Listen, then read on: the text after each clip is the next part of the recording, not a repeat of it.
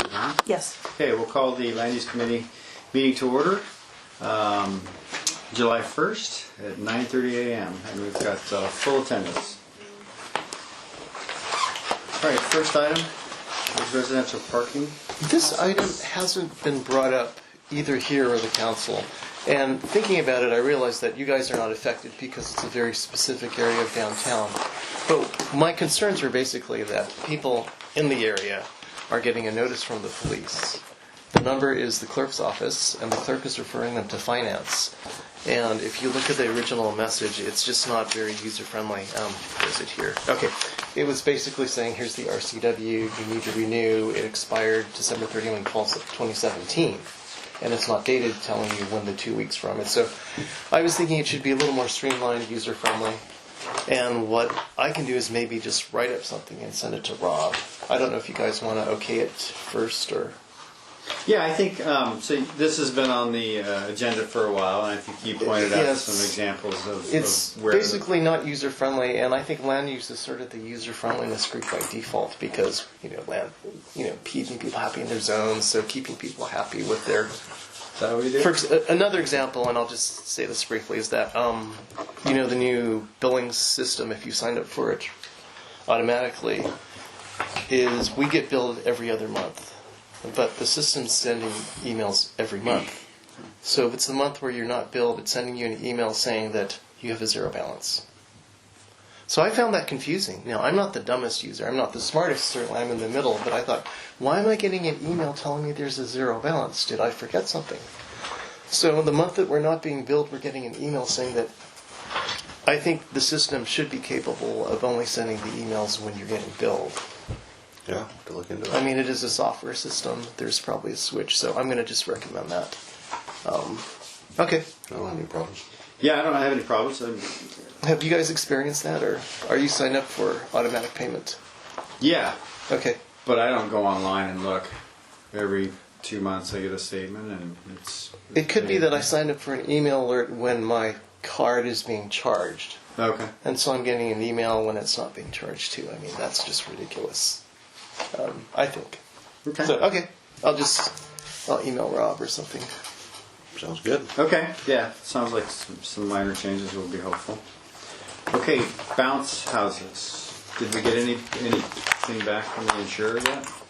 No, not that I'm aware. And Brandy's out, so she just wasn't sure that we were contacted. Somebody wanted to use a bouncy house in one of the parks, so our code really doesn't have anything for or against. And Brandy had said she reached out, so Brandy said she was just kind of waiting to see, and if you guys had any recommendations on if you want to move forward with prohibiting them in the code or putting something in the code that allows them with maybe certain restrictions. So she was just looking for direction. So I think it would be, I don't know what you guys think, but I think it would be useful to hear from our insurer first. Because if the answer is this is a bad idea, then I think we have our answer. How would they power that? Like with a generator? Is that what was being proposed? I do not know. I'm sorry. Do you know what Is park it they were the, trying to put it in? Any specifics? There was the Yeah. waterfront park. Okay. Oh, the Spinny Park. All I know is Brandy said it was the waterfront park. They wanted to set it up down there. So her concern was it was going to blow into the bay full of children. Right. So Run the little blower. Right. Where is there room in the park? Between the gazebo, there could be areas there, yeah. I think it's a really cute idea. Is there any way we could just do nothing? Until we hear from the insurer, of course. I hate to prohibit something or even bless it either. But Well, so at this point we have somebody who's just asked. it was a lady who said that her child's birthday was July 3rd. Uh-huh. And so she was requesting permission to do it. But I believe she was told by the public works clerk that it would have to go to council for approval. And with the schedule of council, it wouldn't be in time for that child's birthday. But the general question remained open, so Brandy wanted to have that resolved in case someone else asked the question. And there's really, I think, there's different kinds of bounce houses. They're the kind that we could buy and put in our backyard for our kids versus the kind you can pick up and it's a commercial. I think this was a commercial one for a birthday party. Okay. No, they rent them. Yeah, they run. I'm just speaking for you, and I don't mean to. If This it is were- a conversation no. with Brandy. Yeah, so. I mean, you probably have more information. if it were a commercial, they probably have their own rider or their own coverage.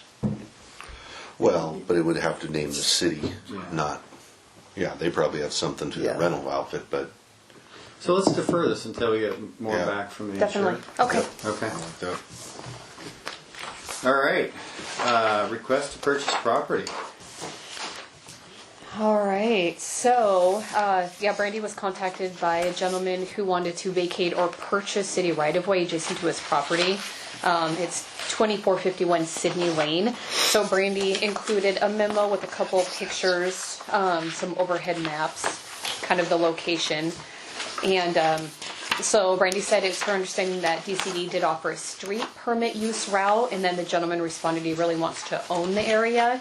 So basically, Brandy is just looking for direction from the committee on if this should be routed as the street use permit, and express the city is not interested in selling the proposed area, or should staff proceed with the sale of the area he is wanting, seeking an appraisal at the city's expense, continue to identify the specific area being purchased, and work with legal counsel to see if there are any other requirements, or if staff should pursue vacating city right-of-way process. And she said she's not sure if this is a viable option, as typically we do it for dead-end roads or between two parcels, not the shoulder of an existing road. And then again, she would need to work with legal counsel if this is an option. So she's just trying to figure out, again, direction from the committee. And do we, quite often when we have these or similar requests, we have Public Work who weighs in on whether they see it as a good request or a bad request, or whether they need, or we should keep right away for some future opportunity. Did we get Public Works to Next weigh to in the on this? last page. Is it the very last page? Next to the last page, Brandy refers I to heard something. there was I read there was some utilities issues. I'm still not clear on what it is they're asking for and what it looks like. And So it's that there's little a- triangle. there's I think it's this thing. Drawing, The yeah. red triangle there? Yeah, yeah, So they want to square this lot off. right. And that belongs to the city. Yeah, that's the old Sydney right of way that now is. by- Yeah, if you look at this, Fred, you can see how wide that right-of-way is. This is all right-of-way. Well, does staff have a recommendation?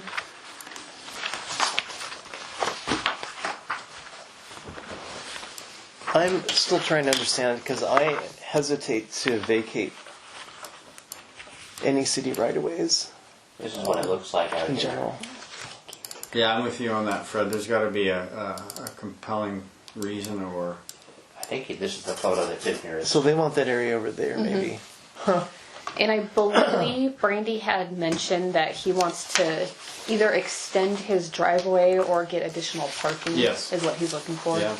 And he talked about planting garden or something around. And I think that area might need a more comprehensive look because if there's a lot of right-of-way down there, and is any of it developable? That's I actually mean, new. this is Sydney Road here. This is the main part of Sydney Road, and this is Sydney Lane. So there's some grade change, but When was that approved? That's not recent, is it? That's old. I'm not sure how recent that is. One observation is that by letting this guy square out his lot, do we create pressure for others to kind of do the same thing? Because you'll have an odd-looking lot.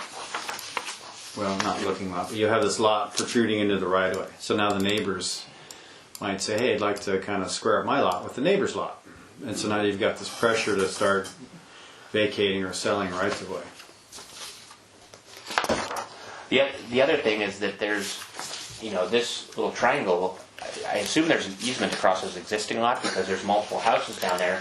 That easement would have to get extended to serve all of these people. So I think if he ends up owning this out here, I think his line is going to come right across there. A private toll lane. Do we allow this? Does staff have a recommendation? I haven't been involved in this discussion at all. So Okay. typically that would come from Mark. I don't know if Yeah. Mark provided a I recommendation didn't on see this. anything as kind of clear from Public Works on whether they would support this or not. And I think that's what we would need to see, Okay. is whether I'd Public also Works like to make agrees or a disagrees. site visit, but this is really so many questions. So you need a recommendation from Public Works and whether they support it? Yeah, what are the sort of the pro cons of this?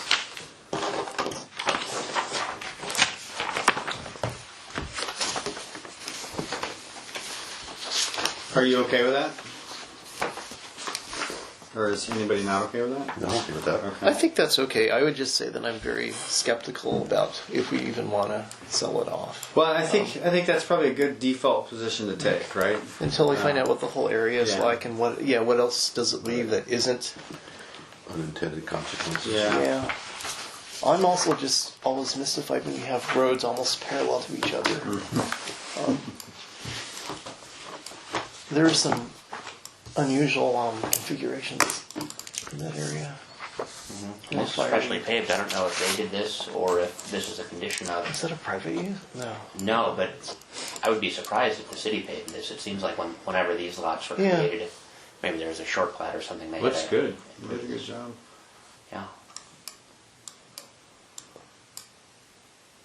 All And I right. suppose the upside here is that that's less public road that we're responsible for. So, but I think Public Works needs to weigh in. It's Yeah. just weird. And that's the subject lot right there, correct? Yes, and I believe he probably wants. I assume he's looking to have exclusive rights to park here or Yeah. something. Yeah.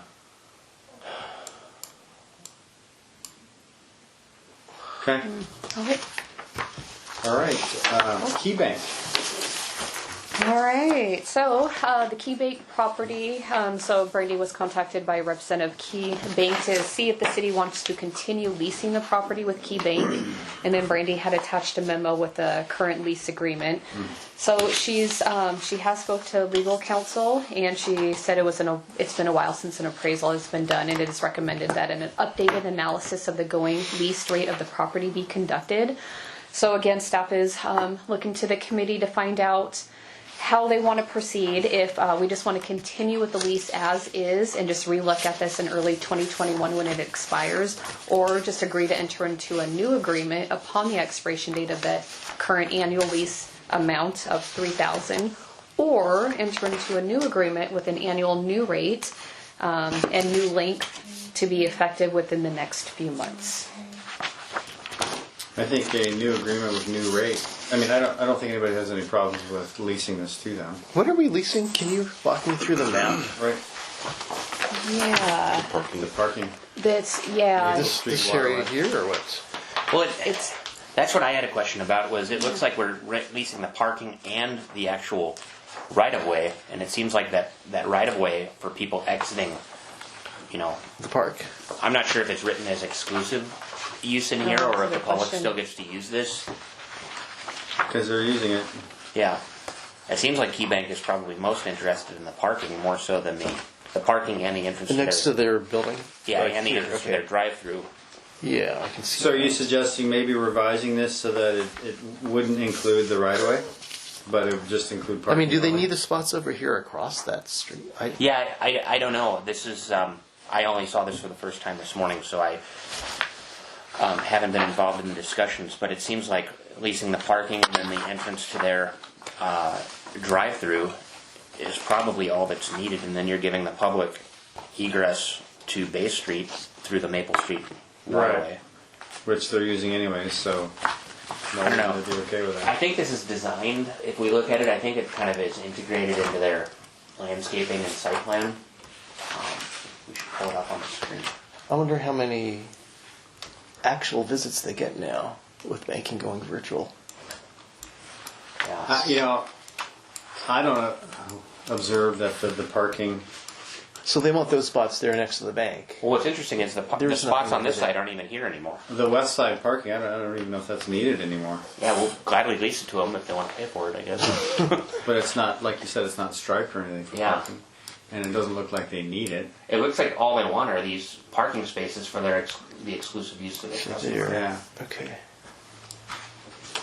But the other question I had, and maybe legal didn't look at it from this perspective, but I know that with some of our other properties, we've been informed that it's a violation of the State Subdivision Act to lease property without doing a subdivision. And so I don't know if that's an issue here because it's waterway, or if it's only like fee simple property that it's potentially an issue. But we should probably look more closely at that. Also, they could do this through a street use permit rather than through a lease, or a lease in conjunction with the street use permit. Maybe it's worth talking to them a little bit more and seeing if they'd be okay with a much smaller lease for the parking that they're using and the entrance to their drive-through. Yeah, so I would think just the entrance and then those 5 spaces. Yeah, and then the one thing I noticed is, they're possibly looking at a 20-year lease beginning in 2021. And I don't think we should fix a rent for 20 years. Thank you. I think it should be a lot shorter. Because if we went up Yeah. 2% a year, it's roughly $100 a year. And so maybe we don't raise it every year, but maybe every 5 years, years, raise right. it up like $400 or $500. So tie Just to that keep into up with the costs. rollover. Yeah. Okay. They may not need that much parking anymore. So it might look like 5,100 for the first 5, and then 56, then 61, then 66, and that's would be an average 2% annual Oh, look, growth. they've blurred out the license plates.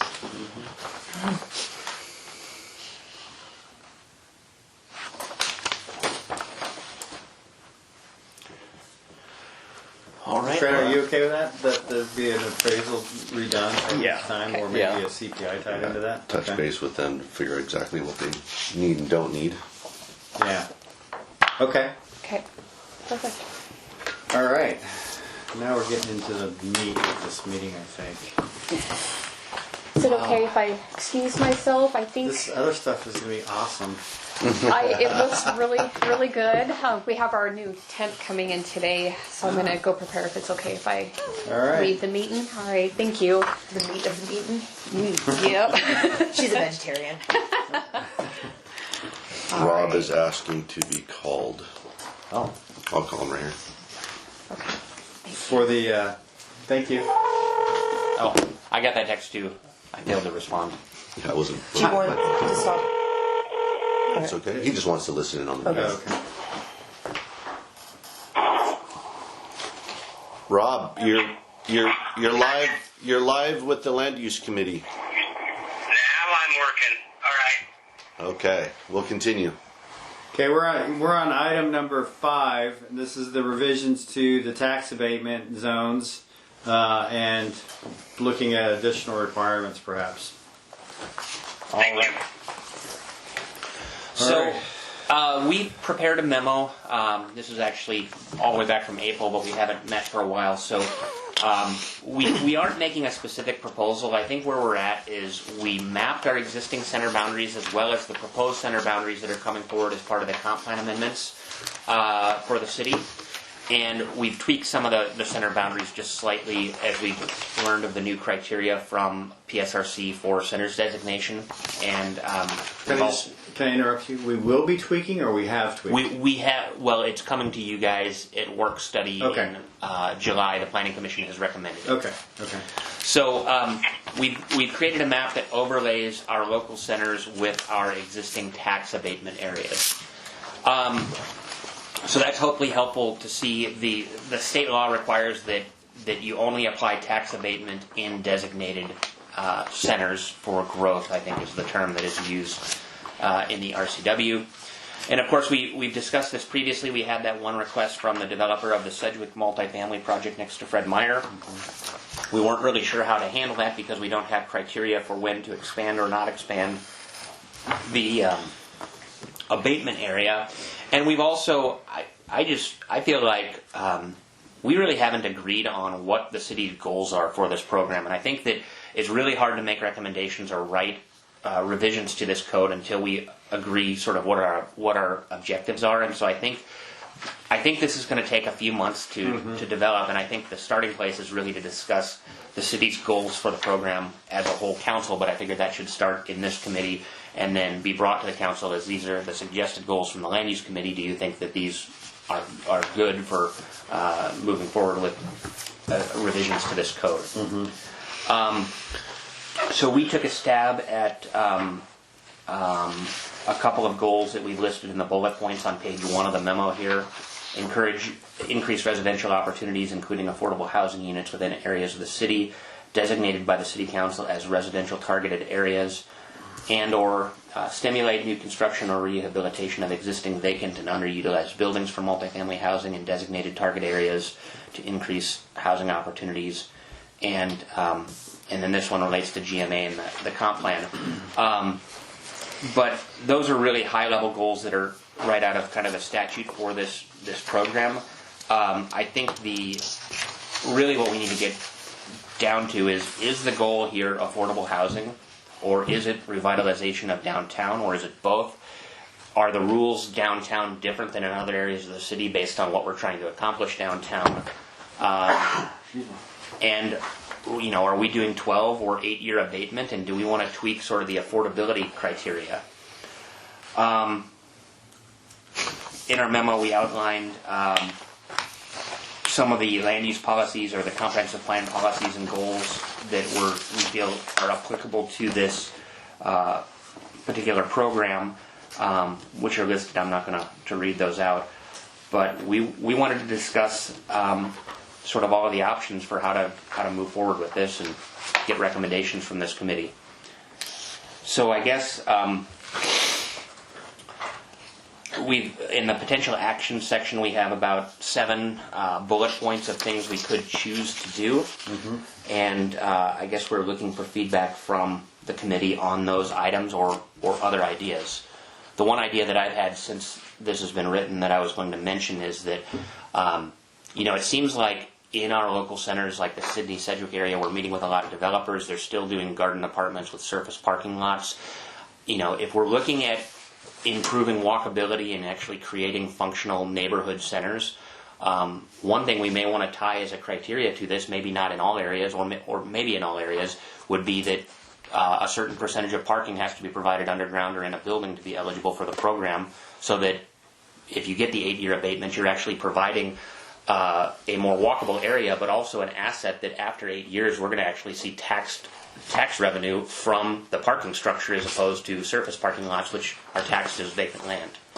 And so that would be a way to give them relief in the 8-year window, but actually increase the amount of revenue that we're going to get after an 8-year period. So that's one additional one you can add on to the list here. All right. I like that one. I wonder what that break-even point would be. How much more would they cost the front end to save over 8? And they may not pencil, and they'd be, I'm not going to do the abatement, and I'll just do a surface parking lot. Mm-hmm. Yeah, it's hard to say. I think the 12-year abatement's obviously targeted for the affordable housing component, whereas the 8-year is for just regular development. And so maybe requiring for the 8-year abatement, which doesn't provide affordable housing, maybe we say that if you want 8-year abatement, you have to provide at least 50% of your parking in a structure or building as opposed to in a surface parking lot. And if you want 12-year abatement, you've got to provide the affordable housing piece of this. The latest one over by... Go ahead. I do want to add one thing. I like what I'm hearing. One of the criteria wasn't just downtown. Remember, going up Mile Hill was that we felt these areas were challenged for redevelopment. And the versus greenfield development, we weren't seeing the activity we wanted, and that's why downtown and going up Mile Hill were selected in the initial pilot of this program. So I just wanted to share that thought. Yeah, so you could end up having 3 tiers where there's 12-year abatement for affordable housing, 8-year abatement for greenfield development that requires parking and structures, or 8-year abatement for redevelopment sites. And you could sort of break it into 3 different categories of abatement. So it seems like we have a menu of alternatives, but we also have a menu of centers. And it seems like some of the alternatives would fit better in some centers or not at all in others, perhaps. I agree with what you're saying, Scott. I think going a little higher level, I still agree with the point that we're trying to redevelop areas that have been challenged. Or the I'm not areas. saying this. And to me, this underscores that I am still opposed to the abatement that went to the Sidney Sedgwick, because that doesn't seem to fit the patterns that I'm seeing here of the centers. I think that was the wrong incentive to give there. And maybe from that we could adjust what a future abatement outside an area would be. So if they had provided structured parking as part of that to make it Yeah. one more units on the site and a higher assessed value, would that have made that worthwhile? Yes, I think I would have. Yeah. One other thought too, if I could share too. I think that if we're going to offer the affordable housing component, which I think we should, that it needs to be meaningful, because right now I feel it's pretty much a giveaway. Everything in Port Orchard is affordable on the county-wide scale, and we need to have our own scale that is meaningful to providing affordable housing in Port Orchard. I agree. So that the 8-year does have some. It's 12. It's the 12 that's the affordable housing piece. Well, I think we also need to get something out of the 8-year abatement as well, like I think what Nick was talking about, Yeah. for example. Yes, but it could be parking or something Right. else. But it's Right. not designed as the affordable housing component. It has additional reporting requirements Well, on the developer. what more would you want to see out of the 12-year? Just that it's a meaningful affordability standard in Port Orchard, on Port Orchard standards, not a county-wide standard. Because right now, our rents on that scale, market rents, are affordable on that scale. So it needs to be a higher criteria in Port Orchard for that 12-year abatement. I was going to ask you to define meaningful, but I think I know what you mean. Yeah. Yeah, I think. It's that with a percentage of Right. the median household income, and I don't know what that number is, but right now, let's say that average rents in Port Orchard are $1,200. I'm picking a number here, and that's what affordable is in Kitsap County. That means we're giving away 12-year abatement if it's not meaningful in Port Orchard. If 1,200 is already, Okay. Yeah. already the number. Yeah. So let's making a percentage that actually moves the needle for affordability in Port Orchard. So yeah, so we've adopted the definitions for affordable housing, low-income housing, and moderate-income housing out of state law. In other cities, they've chosen to write their own definitions, which change these percentages. Yeah. And so I think that the 12-year abatement for Port Orchard, we'd want to reduce to like the 60 to 100%, or even 60 to 80% of median income. Or what Seattle has done is, I believe that they have 5% have to be at this income level, 5% at this income level, and they really target some sub 60% AMI units for 5% of total units, and then they have a next tier and a tier after that top out at 80% of AMI. Yeah. So if we wanted to write our own definitions for affordability, or have like our quotas for how many units have to be at each level, then we could choose to do that. Well, and we could look at totally customizing the 12 and the 8-year abatements with each of the centers, and conceivably have some centers or a center where we wouldn't have either. Especially with I think that the proposed centers takes out McCormick Woods, right? No. Well, yeah, the McCormick Woods is still a center. Right. It's not proposed for abatement. I mean, we've just shown the abatement Yeah, areas and okay. where it would be eligible. Okay. We are shrinking the McCormick Woods center boundary in the proposed revision of the Of the centers? centers in the comp plan. So if you look at the proposed centers map, it's a much thinner strip on the north side of Old Clifton only, as opposed to on the Yeah, south side. I saw that. And we're trying to get the area. Some of these centers are just too big to meet PSRC criteria, so we've had to trim some boundaries, and we've also looked at where some multifamily projects are coming in and where it makes sense to include properties in a center. Okay. But I think, if I had to make a recommendation right now, I think that for a 12-year abatement, you would make it available in your centers, but you would have much stricter criteria for getting that 12-year abatement. And I think most people probably, most people are going to say that's not going to pencil, or I don't think most people are going to go for it, but some might. I think that for 8-year abatement, you'd make it available everywhere provided you provide structured parking either for 100% or a percentage of your parking, because then we're getting a windfall after 8 years, and we're not, we're shifting cash flow for a project rather than losing something. We're actually gaining something long term, Yeah. I think.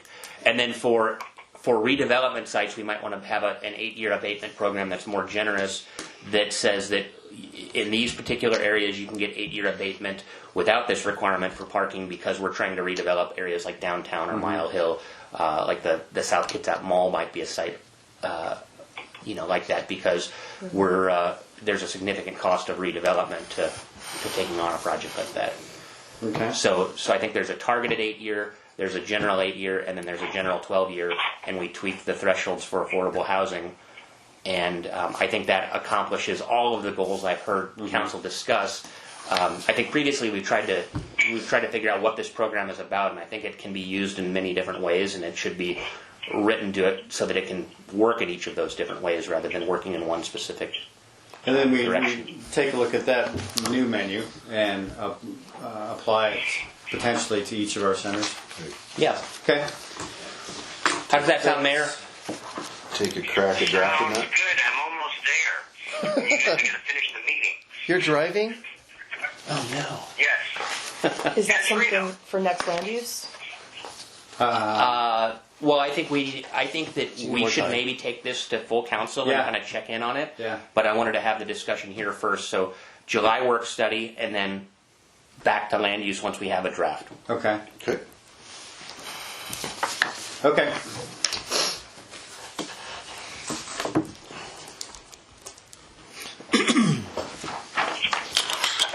All right. Rob, do you want us to wait for you, or are you almost walking in, or? You can't adjourn that meeting until I walk in. Watch us. Okay, real quick. All right. Okay. Next agenda item is development regulations. Yeah, so this Nine is, lots. we have recommendations from the Planning Commission on a handful of items. One of the items the Planning Commission is still working on and will resume in August. Can't hang up on it. Let the record reflect the mayor has entered the room. So the 3 or 4 items that have come forward so far. The first one is very straightforward. It's going to 9-lot short plats as opposed to our current limit on 4-lot short plats. I think that this is something that the home builders asked for when we were rewriting the subdivision code a number of years ago, and we said that once we have design standards and zoning in place, we would look at moving in this direction. And I think it makes sense at this time to not make somebody go through the hearing examiner for a relatively minor development project. And so the recommendation, and we're just changing references throughout the code from 4 to 9 in the subdivision chapter and definitions chapter. So any questions on that one? I think it's a reasonable, right thing to do. I think it's in sync with what other jurisdictions do for short plats as well. All right. Then the next item that we are bringing forward under this proposal is for residential open space requirements. And when we wrote our design guidelines that we had hired a consultant to do, we did create residential open space standards for multifamily projects. However, we didn't provide it for single-family development. And what we realized is when we adopted the new zoning code, the incentive to create residential open space, because we went to a minimum lot size standard, we've only had one proposal come in since then, and they didn't propose creating any usable open space. And we said, we probably need some minimum standard to make sure that they're providing a tract where people in the neighborhood can get together and with either a basketball hoop or a tot lot, and that's You have to consistent have with what we someplace have to put at the bounce houses. Right. privately owned, yes. Privately owned parks. So in any event, there's a standard proposed here. Depending on the size of the development, you have to provide a certain number of square feet of usable on-site open space. So this can't be a critical area or some remnant. It's actually got to be functional. It's got to be centrally located. And the number of square feet per lot goes down as the size of the development goes up, because it becomes burdensome and unreasonable if you're requiring 300 square feet per house on a 500 unit development versus a 40 unit development. So the table in there, I think, is pretty straightforward. I'm still looking for the correct item here. Yeah, you got the table there. So 10 to 40, you've got to provide 300 square feet per house. 41 to 100, you've got to provide 250 square feet per house. Over 100, you provide 150 square feet per house. And we took this standard from another jurisdiction. Carrie, do you remember who we stole this code from? I was thinking Snohomish County. It was one of the Snohomish County or cities. Yeah. Yeah. Yeah. So, the only one of these that I am a little uneasy about is a 10-unit development. Providing designated open space maybe is a difficult requirement because you're not getting that large of an area and it's not that big of a subdivision. But I'm open to suggestion from the committee. What about the director having some sort of ability? But then every time Paul Berg does a development, he's going to want an exemption. Well, and then where it gets maybe where it demonstrates more of a need is when you've got small lot subdivisions and where you have those kind of really yards, and that's maybe where you want it. But you did grant relief if there was a park in proximity. Proximity. So I think there is some opportunity for direct relief built into this, if I remember. If we give them relief from that, are we asking for any compensation in another way, like an added fee? Well, I think that the requirement that there be a park in proximity. I mean, if there is a park in proximity, or if they cause a park to be created in proximity, like what McCormick did at McCormick North, they said we're going to provide a regional park property. I think that would get rid of this requirement, so or reduce it. So, yeah, I think there's an incentive to create a public park as opposed to maintaining a private park by an HOA. Yeah. I think the chart as it sits here is a little flawed. In what way? So, let's say someone builds, just go start at the back. Let's say someone builds 100 units. So 100 units times 150 square feet would get us a 15,000 square foot park, right? And so... No, okay. So you do the first 40 at 300. Is it and? Yes, it's So and. it's and. look at Yeah, so 1 through 40, you got to do Okay. 300 square Okay. feet per unit, Okay. and then Then we're good. and Okay. that's why I put that asterisk there. I showed the math on how a development of a certain size would work, so that they understood that it was additive. Yeah, got it. Okay, perfect. It is a little. That works. Okay. And did you get any feedback on planning commission comments? Testimony? Just a recommendation. There's no Okay. testimony from the public on it. They thought it was a reasonable standard to apply. Okay. And so on multifamily development, there's a standard that's in our design guidelines. For single-family subdivisions, there is going to be this standard that applies that allows them to utilize the smaller lots that are in our zoning code. All right. The next chapter, we have a chapter tweaking some of our land disturbing activity permit. We had some inconsistencies in our code. We had a table that said it was a type 2 permit. We had code language that said it was a type 1 permit. Public Works was really not excited about doing notices of application for every LDAP that came in the door, especially when most projects had an LDAP or had a notice of application on the initial permit, which is a subdivision or a conditional use permit. And so we've sort of broken it into two tiers. A minor LDAP is a type 1, a major LDAP is a type 2, and this is really at the request of Public Works to kind of streamline their process. There's also clarification on danger tree removal. I think Public Works, when the new stormwater code was written with Sarah helping us a few years ago, they didn't realize that they were creating a standard that required an LDAP for every tree that would be cut. In order to cut one tree of a certain size, you have to get an LDAP, which was either a type 1 or a type 2 permit. They wanted to make it much easier to remove a tree, especially if it's a hazardous tree. So can I get clarification? Is a danger tree a danger tree because it's in proximity, or is it a danger tree because it could create an emergency situation imminently? It is a danger tree, I believe, because a licensed arborist has provided the documentation that says it's a hazard. So it's unhealthy. Yeah. Well, it says that it's diseased or a safety hazard due to rot.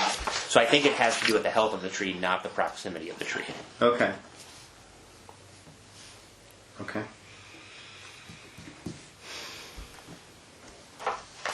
So, Carrie, anything else you want to add to this? No, Planning Commission recommended approval of that also. And no testimony? No. There is a reference in here to our significant tree code. And there's currently a tree canopy ordinance that's proposed, and so this is consistent with both the existing and the proposed tree ordinance that we're working on, and that was what the Planning Commission wanted to discuss more before bringing that forward, was a tree canopy ordinance to replace our significant tree code. So this will work with either of those, the existing or the proposed. Is there another one here, Carrie? I think That's it. that's it. Okay. That's it. Listen. All right. And then there's the zoning map. It's a final item. So when we adopted the new zoning code, we had a table in our public participation program that said if you're R2 or if you're R8, you're going to become R2. We realized that there was a couple of issues that we created through the citywide rezone that were brought to our attention after the fact. So Carrie made maps, and on these maps we've highlighted little black dots on the properties that are being corrected. The first zoning map correction is Bethany Lutheran Church up on Fremont. I believe that was previously listed as R2 because churches used to be a conditional use permit. When we went through and counted all the churches in the city, we missed this one in terms of designating properties for civic and institutional zoning. Because churches, I believe, are they allowed in R2 or not? No, they would need to be requested to go back. So you have to. So the you need civic and institutional zoning to build a place of worship. Mm-hmm. So the next one also involves a church, the Christian Life Center on Bethel Road. Their church only occupies a portion of the property they own. The other properties they have been holding is possible church development, but also possible sale to someone else to develop. And so they did not want the civic and institutional zoning at that time on those properties, and so we had incorrectly identified those as a church when they're actually vacant and not necessarily intended to be a church at this time. He's talking to me about doing an amphitheater in there. Oh, An amphitheater for the church? Mm-hmm. Okay. Well, he told us he was putting them up for sale. Yeah. Well, currently they're behind Staples, right? I don't think they've made a decision on what they're doing with that property, but I think Wetland. they want to keep their options open. Do they have to pay back taxes if that gets pulled into commercial? No, because they haven't been reassessed since the rezone. They were previously, what were they before the civic institutional, Carrie? Do you remember? I don't. I think they were commercial on the old map. I think they're just commercial. So they've been paying commercial tax all this time anyway. And it's completely undeveloped, right? Correct. Yes. Yeah. It's that piece that's between them and Staples. Staples, yeah. Right. Okay. So the next one, also a church, Christ the Rock out on Old Clifton, was R3. They should be civic and institutional to be a conforming use. That one's pretty straightforward. And then the one that was a little bit more complex was along Mitchell. We had some properties that were previously zoned. I believe they were R12. And when we did the zoning code, they were changed. Which R12 was kind of either a residential medium or a high. Yeah. So these are mostly single-family lots. There's a few that have duplexes or fourplexes on them. But in any event, the lots are very small. And a lot of the lots aren't even big enough to be developed as an apartment. And the R4 zone doesn't actually allow single-family homes. So by changing them to R4 as opposed to R3, we made them non-conforming. Under R3, they can still, if they're big enough, develop for apartments or fourplexes or some of these other building types, but the R3 actually makes the existing houses conforming, and so we felt that was an appropriate correction in this instance to make to a number of properties. Although the Mitchell Park, which we only recently learned that we owned, is now being changed to Parks and Recreation. Okay. And It's also, just a bench. So it's where that bench is, right? Yeah. Oh, and the City Public Works property, which I also didn't know we owned, we changed to civic and institutional. Is that got a cell tower on it? I'm not sure what's up there. It might have a cell tower on it. I think we leased that for a cell tower. Gotcha. Do we lease the whole property or just a little area? Yeah, I know about as much as I do about the bench. That's across from the high school here. Yeah, just So this one probably. yeah, Yeah, I maybe see a big cell tower there. yeah. I think we lease some of it for that cell tower. Yeah, so I have heard the public works director asking for an equipment yard on this side of the city. I don't know if that's appropriate or not. It's kind of steep slope Yeah. there. Is it? You could dump the sand up top, I guess, and it would run to the bottom. Just scoop it up. Yeah. Anyway, I don't know. It's not a very those usable are piece just of land. citywide rezone, a zoning map amendment. It's too bad. These are the ones we know about right now. We've had one other person come in since this went to the planning commission saying they have an issue. We're still talking about it with them to determine whether they actually want to change their zoning because it really depends on what they want to do with the property and they're not quite sure. So we're kind of holding off on that one until we figure out. Undeveloped property. Yes. Yeah. So there is one other zoning code that will come forward potentially. That's the tree canopy chapter, and that hopefully will be ready to go to you guys in August or September when the planning commission reconvenes. You want to give them a taste of what that is? Yeah, so the tree canopy chapter, essentially right now we have an ordinance that's very in favor of saving existing significant trees rather than encouraging permanent establishment of tree canopy in the city. And when we took in the Geiger plat application, which is currently pending, they did their significant tree survey and they found out that they had like 400 significant trees on their property. And so to replace those trees at a 3-to-1 ratio that would allow them to develop, it's a mature forested site. We realized they would need 2 times the land just to put that many trees on a piece of property without building any houses. And so it seems problematic that that our goal is to protect those existing trees as opposed to making sure that new neighborhoods are planted so that they become canopied over time.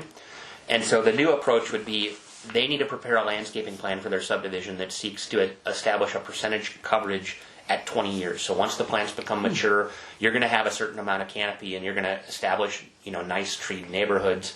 As opposed to right now, we have a requirement for buffers for subdivisions, but there's no internal landscaping requirements. And so this goes along with our public works standard that requires street trees. The street trees help capture the requirement for tree canopy, and then it's going to require a certain number of trees. They get an incentive to maintain existing trees that's a bonus, but if they want to take every tree on the site, they can, and they just have to make sure that it's replanted in a way that is going to, in 20 years, be well canopied. Mm-hmm. So that's again a Snohomish County proposal, and I talked to the planner who worked on that at Snohomish County, and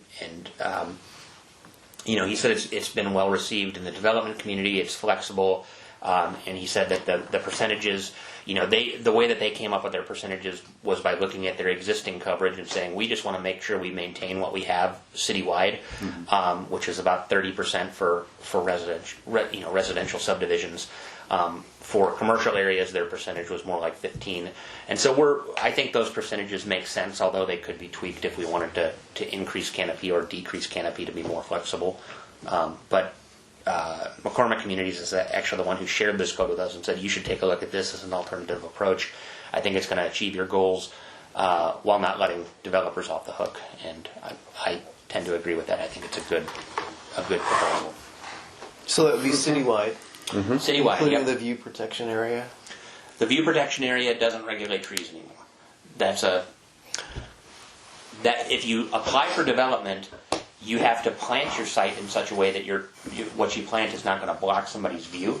So you have to have a landscape architect. Yeah. Okay. So that means planting either lower trees that don't get quite as tall, or placing them on your site in such a way that they're not going to block your neighbor's view. But that's only if development happens. If you're just maintaining what's naturally growing on your property, we're not going to intervene in nature. If I can I back up to? Do you have any questions on that? No. I just want to make sure. I haven't talked to Brandy in a month, probably, on this Key Bank lease, and what I previously saw, and I don't know if it's changed, I wasn't comfortable with what they were asking for. So what was the discussion here, and what were they asking for? We want to make sure, from a couple of things, that do they really need all this area? It doesn't look like they're using it. So we might be able to scale it back. Nick brought up a point about regular access for the public getting out of there. Like if that was totally leased to them, what does that do for the general public? And then the third thing we picked up on was if we do want to enter into a 20-year lease, that the cost has to go up. There should be Absolutely. I was looking like 2% a year. That gets us about $100 a year. And so maybe what we do is we raise it $500 every 5th year, right? So we fix it for 5 years. I'd be reluctant based on maybe potential development plans if we locked into. I don't really. Right. I don't know that I really want to. Yeah. We didn't like the 5 20 years with renewal options. It would be Try more. to set them up with The only disadvantage to us making this a public road is then we got to maintain it. Versus they're, in theory, maintaining it now. Well, Even it's right away now, right? it is, but they're leasing it, so they're maintaining it. See, it looks like they're only using those They 4 cor- spots. Yeah. Correct. So this is the Correct. area that they should probably lease because these parking spots don't even exist anymore. They've been taken out. Correct. And the waterway, if we They'll- want people to be able to exit here publicly, do we actually want to lease that out? Yeah. The problem is it's a one-way street that you can't get to, except through private property. That's But- good. Well, but we have an easement from West Bay, don't we? No. I thought Mark said we got an easement as part of the trail. For the pathway on the backside, But not for the. not for the cars to access their parking lot. Oh, really? No. So I think you're right. We need to better describe this piece of property and definitely take out the parking stalls that don't exist anymore. So they may be leasing Incre- less. They'd be leasing less, Than this, but okay. and still increasing the price. And we have an appraisal from Titus that isn't that old. We just reference our current price per square foot. I think it's not too far off. It's a couple years, but it's Yeah. this land isn't usable by anybody else. Right. So okay, we're kind of on the Yep. same bit. But my only concern is, do we want to take over responsibility for that little street? And it's in pretty good shape. They're seal coating it. Yeah. You can see right now they maintain it pretty well for us. But so we need to hire. And then, as I understand it, which is not a high level of understanding, but if this area were redeveloped, it wouldn't impact that unless KeyBank would that go away in one of the redevelopments? Maybe. areas? Okay. Could be. Never know. Why It may not be the box highest us and in? best use. Yeah. Right. Yeah, I guess it really depends on what they come up with. Exactly. Okay. Because they're.